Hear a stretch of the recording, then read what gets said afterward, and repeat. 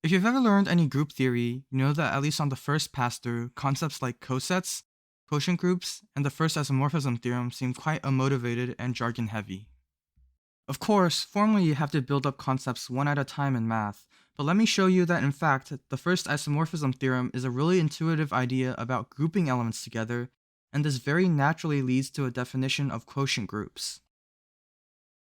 You will benefit the most from this video if you have at least been exposed to these concepts before, since I will not rigorously justify everything I'm saying, but you can still follow along if you take some effort to justify statements yourself. Now that's out of the way, let's get back to the main topic.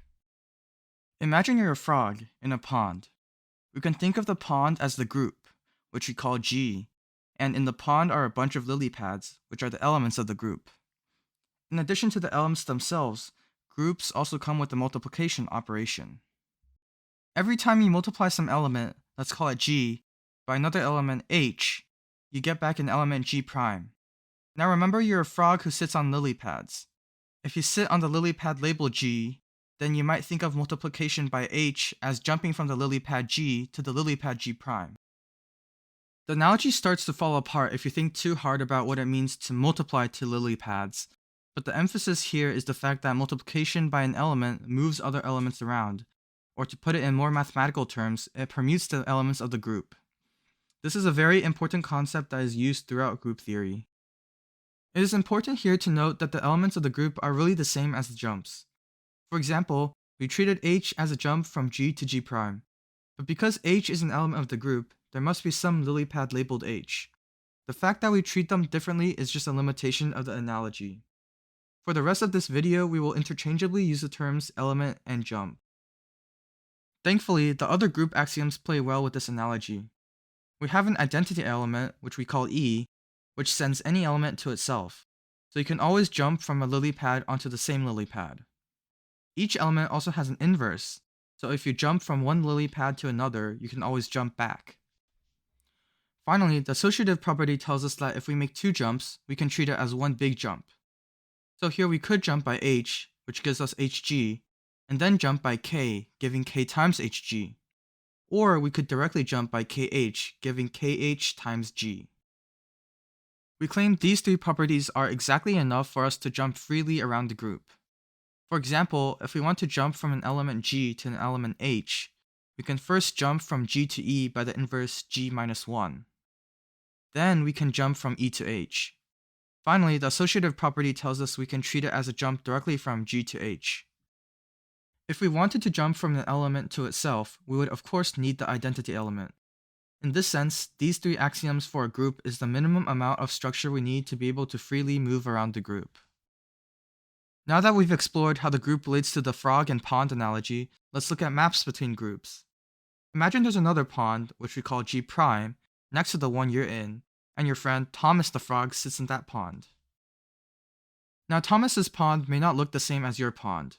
The lily pads may be in different places, he may have different rules on how to jump between them, and the number of lily pads may not even be the same.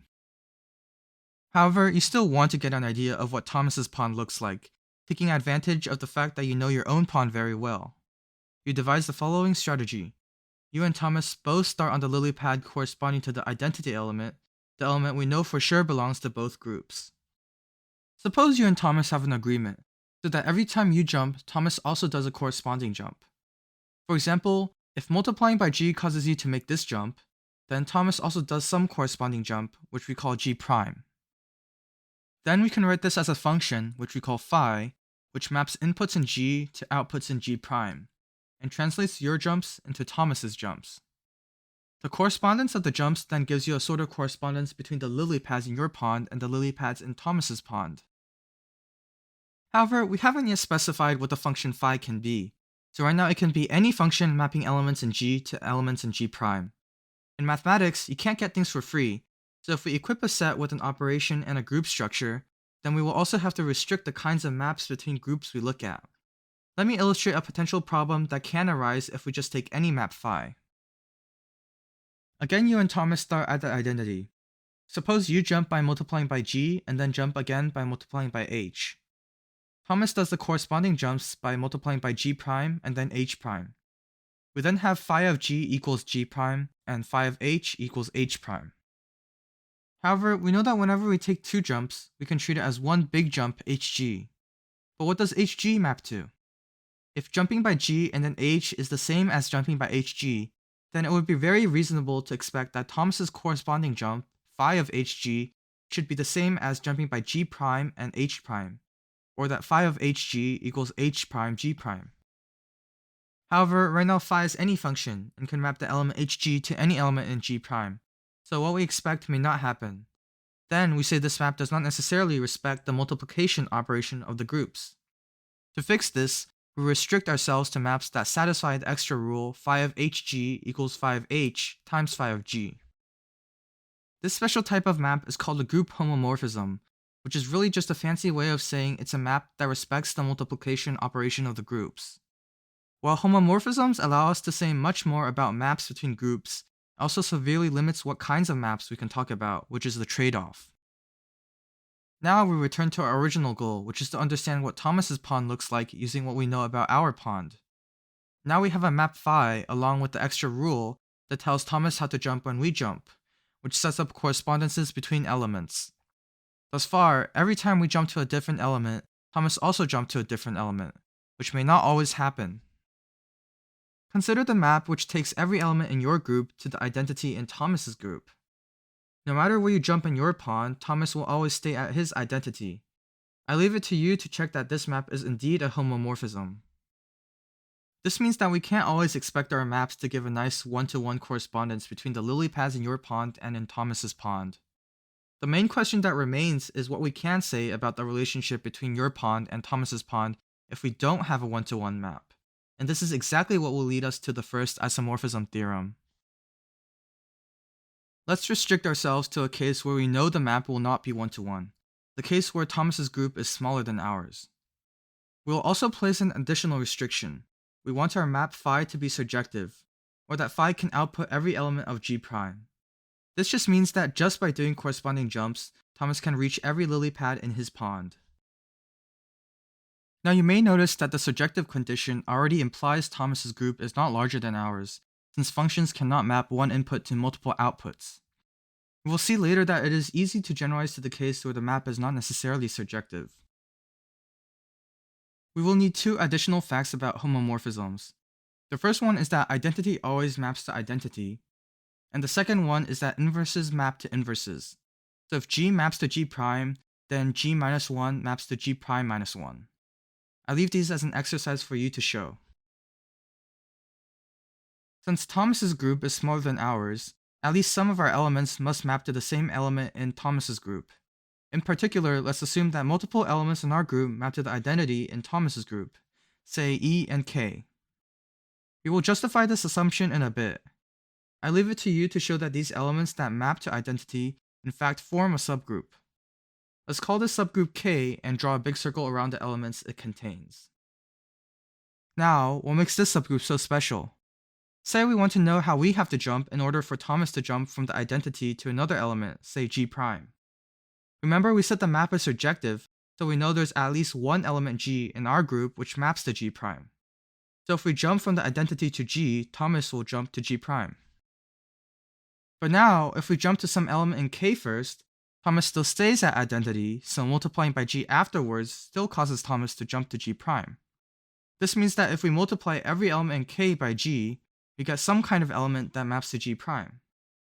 We naturally call the set of these elements gk, which you may have noticed is exactly the definition of a coset. Now we just need to make sure we didn't miss anything. Suppose there was some element h, some jump we could have made that also made Thomas jump to g prime, but didn't belong in gk. Then clearly, if we jump back by multiplying by the inverse g minus 1, it will cause Thomas to jump back to the identity, meaning we get back to somewhere in k. Then jumping by g again will cancel out the g minus 1, which means h has to be in gk. To put this more rigorously, we have that phi of g minus 1h is equal to phi of g minus 1 times phi of h by the definition of a homomorphism.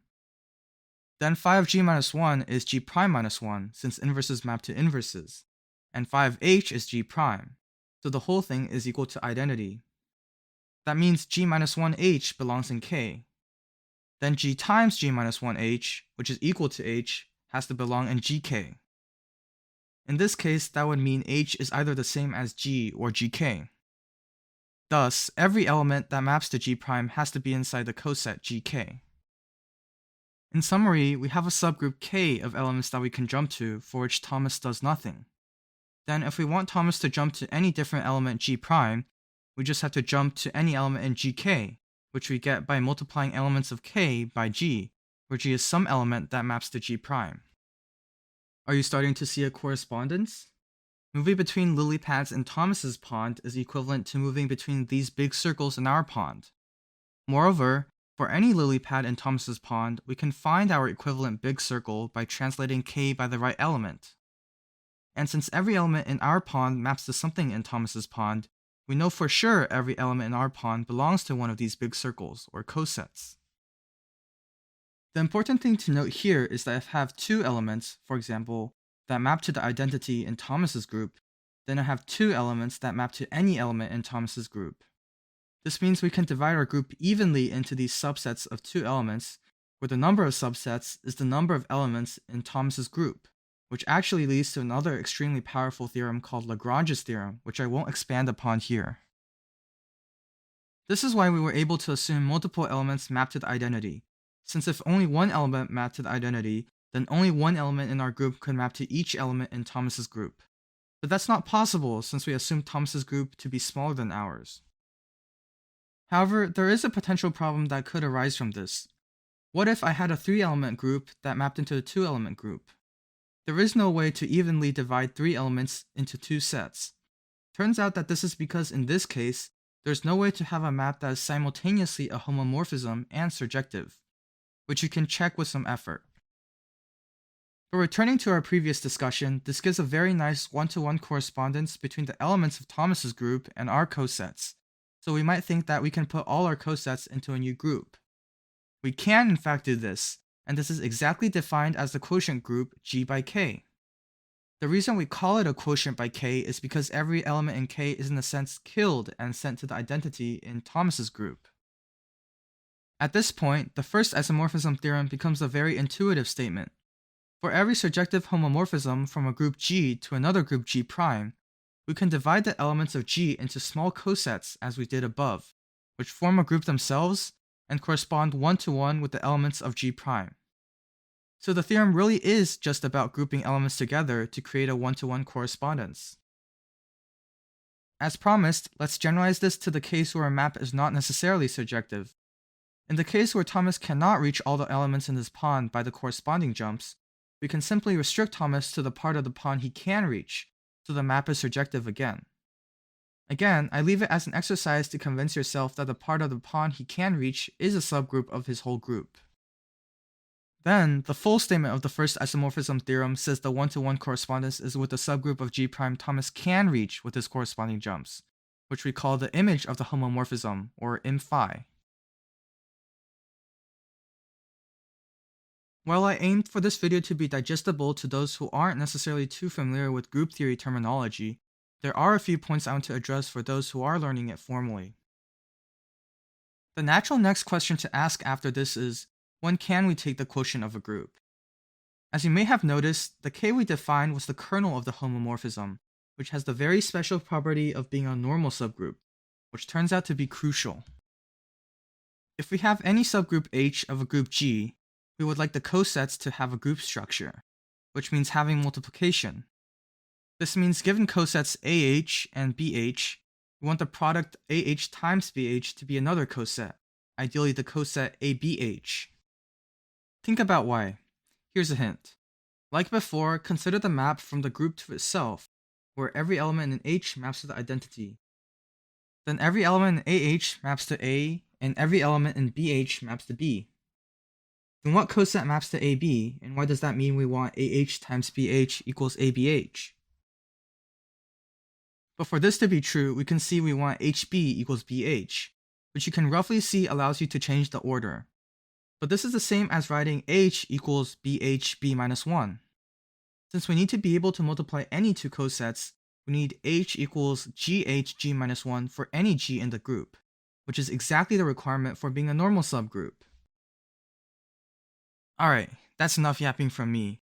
In any case, I hope this video has left you with a more intuitive understanding about what quotient groups are and what the first isomorphism theorem says. But more importantly, I hope you now feel group theory is a well-motivated subject and definitions don't just come out of nowhere. As always, thanks for watching.